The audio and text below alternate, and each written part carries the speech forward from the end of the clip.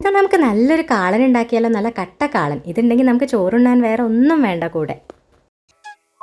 ആദ്യം നമുക്ക് നമ്മളുടെ ചേന വേവിക്കാം. അപ്പോൾ ഈ കാണിച്ചിരിക്കുന്ന ഇൻഗ്രീഡിയൻസും പിന്നെ ഉപ്പും ചേർത്ത് ഹൈയിൽ ഒറ്റ വിസിൽ. ഇനി അതിലേക്കുള്ള അരപ്പ് റെഡിയാക്കാം. അതിനായിട്ട് 2-3 പച്ചമുളക്, ഒരു 1/2 ടീസ്പൂൺ ജീരകം, ഒരു തേങ്ങ ചിരവിയത്, ഒരു 2-2.5 ടേബിൾ സ്പൂൺ തൈര് ഒഴിക്കുക, കട്ട തൈര്. പിന്നെ അത് പുളിയില്ലാത്ത തൈരായത് കാരണം ഞാൻ കുറച്ച് നാടൻ മോര് കൂടെ ചേർക്കുന്നുണ്ട്, ഒരു പുളി കിട്ടാൻ വേണ്ടിയിട്ട്. പുളി ഇല്ലെങ്കിൽ കാളൻ നല്ലതല്ല, സ്വാദം ഉണ്ടാവില്ല. ഇതെല്ലാം കൂടി നല്ലപോലെ അരച്ചെടുക്കാം.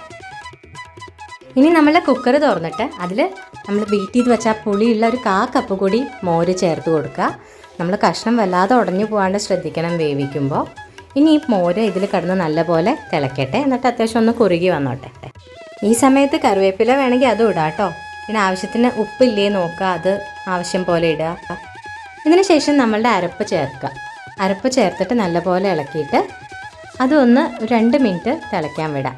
ഈ സമയത്ത് ഞാനൊരു സീക്രട്ട് ഇൻഗ്രീഡിയൻറ്റ് കൂടെ ആഡ് ചെയ്യുന്നുണ്ട്. നല്ല പുളിയുള്ള മോരാണെന്നുണ്ടെങ്കിൽ നമുക്ക് അതുകൂടെ ആഡ് ചെയ്യാം. എന്താണെന്നല്ലേ ഞാൻ പറയാം കേട്ടോ.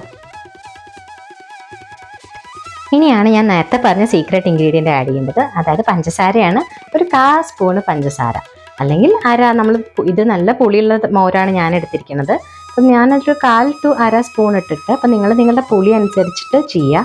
വല്ലാണ്ട് പുളി കുറഞ്ഞു കഴിഞ്ഞാൽ സ്വാദം ഉണ്ടാവില്ല. അപ്പോൾ അതുകൂടി നോക്കിയിട്ട് പുളി ഒന്ന് സെറ്റ് ആവുന്ന രീതിയിൽ ചേർത്ത് കൊടുക്കുക.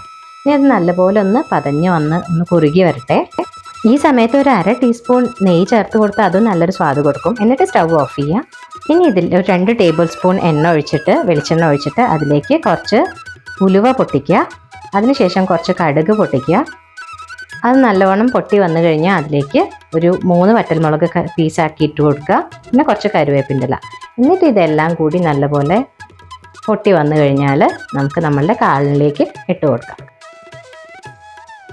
അങ്ങനെ നമ്മളുടെ സൂപ്പർ ടേസ്റ്റി ആയിട്ടുള്ള കാളൻ റെഡി ആയിട്ടുണ്ട്. നല്ല സ്വാദാണ്, എല്ലാവരും ഉണ്ടാക്കി നോക്കണം. നമുക്കിത് ചോറിൻ്റെ കൂടെ ഇത് മാത്രം മതി.